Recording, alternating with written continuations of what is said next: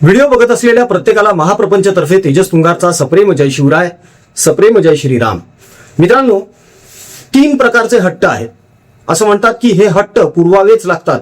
एक म्हणजे बालहट्ट, दुसरा म्हणजे स्त्री हट्ट आणि तिसरा म्हणजे राजहट्ट. यामध्ये आता आणखी एक हट्ट आपल्याला जोडावा लागणार आहे. आता बालहट्ट म्हटल्यानंतर बाल जे बोलतं, जो हट्ट धरतो तो पूर्ण करावा लागतो, नाही तर ते सुधरू देत नाही. स्त्री हट्ट, बापरे बाप, ते तर पुरवावंच लागणार आहे.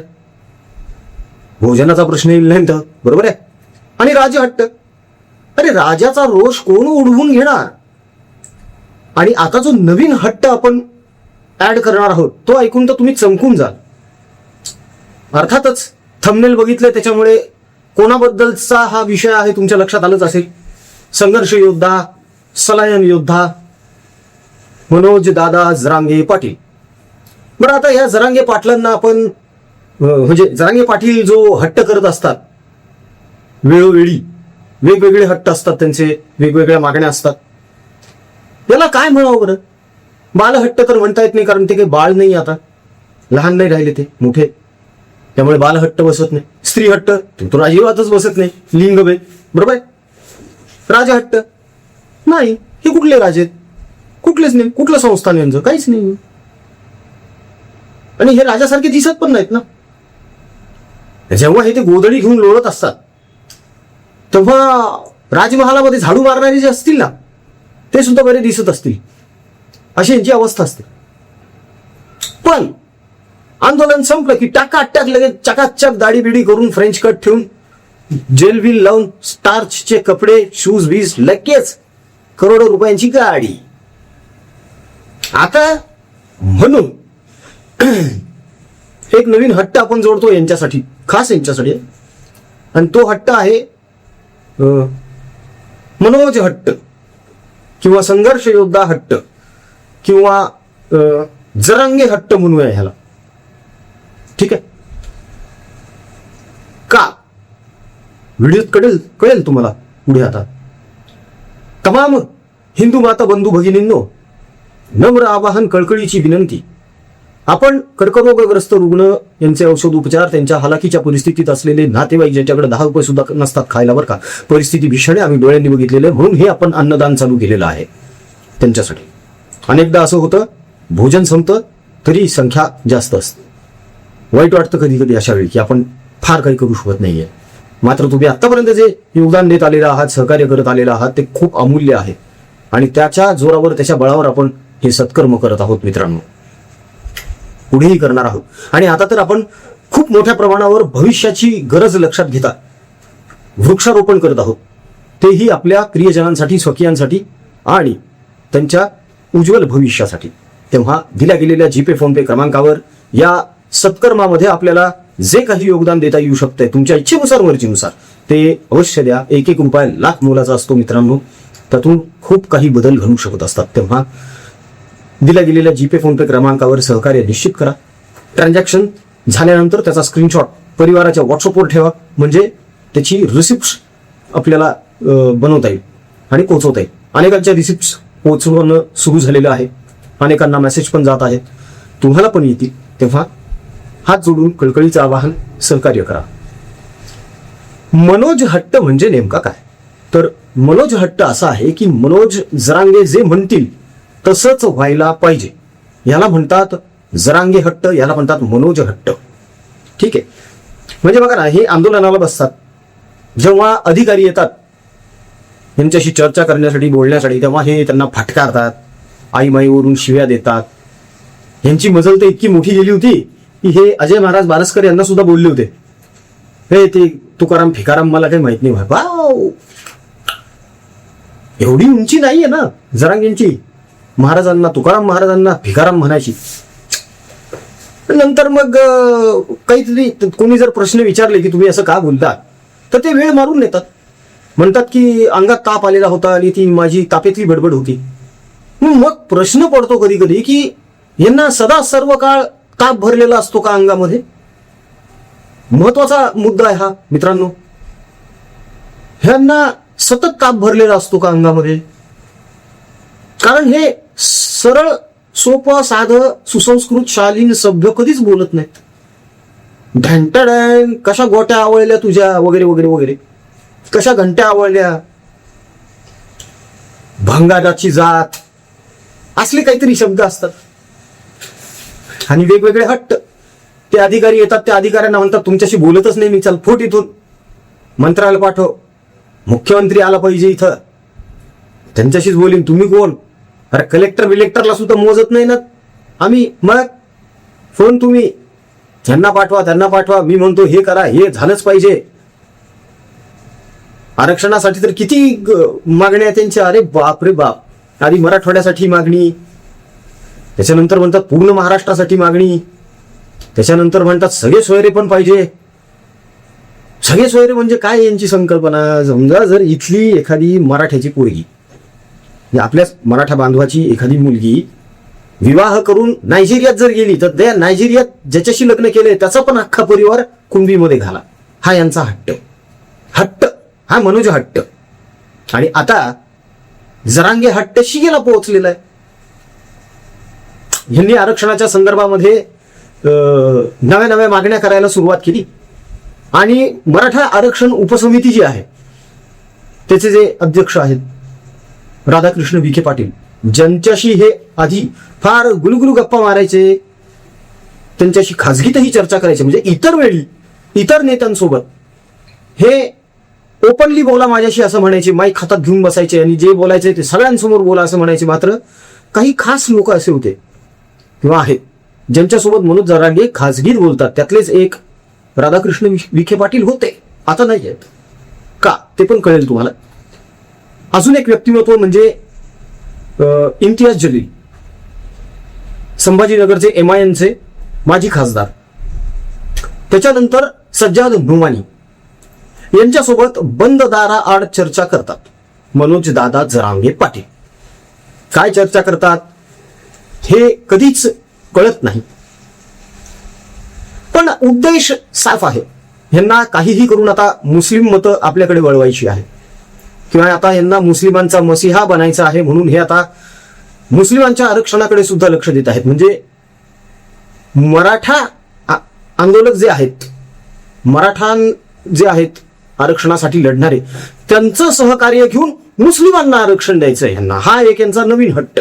आणि दुसरा आता जो नवीन हट्ट आणि मागणी आहे यांची ती म्हणजे ही जी मराठा आरक्षण उपसमिती आहे ना, ही बरखास्त करून टाका म्हणे, हाकलून द्या त्या राधाकृष्ण विखे पाटलांना. का? कारण यांनी ज्या मागण्या केल्या होत्या, जो हट्ट केला होता त्या उपसमितीकडे, त्या मागण्या पूर्ण होणार नाहीत हे राधाकृष्ण विखे पाटलांनी ठणकावून सांगितलं. लगेच यांना ताप आला आणि हे बडबडायला लागले विखे पाटलांच्या विरोधात. आता म्हणतायत की ती उपसमिती बरखास्त करून टाका आणि विधान भवनामध्ये मराठा कुणबी मंत्रालयाची स्थापना करा. वा क्या बात है. अमुक एका समाजासाठी जातीसाठी मंत्रालयाची स्थापना. उद्या चालून सगळेच म्हणतील, मग वंजारी पण म्हणतील आम्हाला सुद्धा द्या एक मंत्रालय, ब्राह्मण म्हणतील आम्हाला पण द्या, तेली म्हणतील आम्हाला द्या. 18 पगड जाती आहेत आपल्याकडे, त्या सगळ्यांसाठी मंत्रालय ओपन करायचे का? असं नाही होऊ शकत ना. उपसमित्या समित्या नेमलेल्या आहेत, त्या त्यांचं काम करतायत. आपण आपलं काम करायला पाहिजे. आपण तुमच्याकडे जर सगळे सबळ पुरावे आहेत तर मग ते येऊ द्या ना त्या लोकांसमोर. तुम्ही चर्चाच करत नाही, तुम्ही शिवाच देत बसता सतत. मराठा आरक्षणाचा जो मुद्दा आहे तो सोडवण्यासाठी शांतपणे बसून अभ्यास करून मसुदा तयार करून तो जर पाठवण्यात आला, त्याच्यावर शांत डोक्याने सभ्य भाषेमध्ये जर विचार विनिमय झाला तर निश्चितच त्याचा फायदा होईल. पण प्रत्येक वेळी काहीतरी अजब गजब मागणी करायची, हट्ट करायचा, मीच कसा श्रेष्ठ ग्रेट आहे हे दाखवून देण्याचा प्रयत्न करायचा, समोरच्याला अगदी कसपटासारखं वागवायचं. यामुळे आरक्षण भेटणार नाही, यामुळे अपप्रसिद्धी जास्त होते. आणि तेच होत आलंय आता मनोजदादा जरांगे पाटील यांच्यासोबत. बहुसंख्य मराठा लोकांच्या हे लक्षात आलंय की हे केवळ समाजाला भुलवतायत, समाजाच्या भावनेला हात घालतात, भावनिक साथ मिळवतात आणि स्वतःची तुंबडी भरून घेत आहेत. यांचा मेवना झाला करोडपती, हे स्वतः करोडांच्या गाड्यात फिरतात, यांचं बोर्ड आयफोन घेऊन हिंडतात 1.5-2 लाखाचे. हे जर इतके गरीब होते, दरिद्री अवस्थेत होते एकेकाळी, तर अचानक एवढा पैसा येतो कुठून? मग तो अशा मार्गाने येतो मित्रांनो, अशा मार्गाने. मी अशा मागण्या करायच्या, प्रेशर बनवायचं, दबाव टाकायचा आणि मग सेटिंग्स सटल होतं.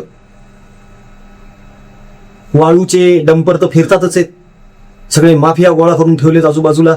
हे आमचं म्हणणं नाहीये, अनेक जण म्हणतात, जे जरांगे पाटील यांचे सहकारी राहिलेले त्यांचे हे आरोप आहेत.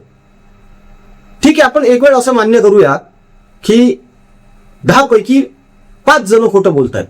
असूये पोटी म्हणा, आकाशा पोटी म्हणा, मत्सर असेल त्यांच्या मनामध्ये, किंवा जरांगे जे एकदम प्रसिद्धी झोतात आले ते त्यांना सहन होत नसावं, पोट सूळ झाला असेल असं आपण मान्य करू.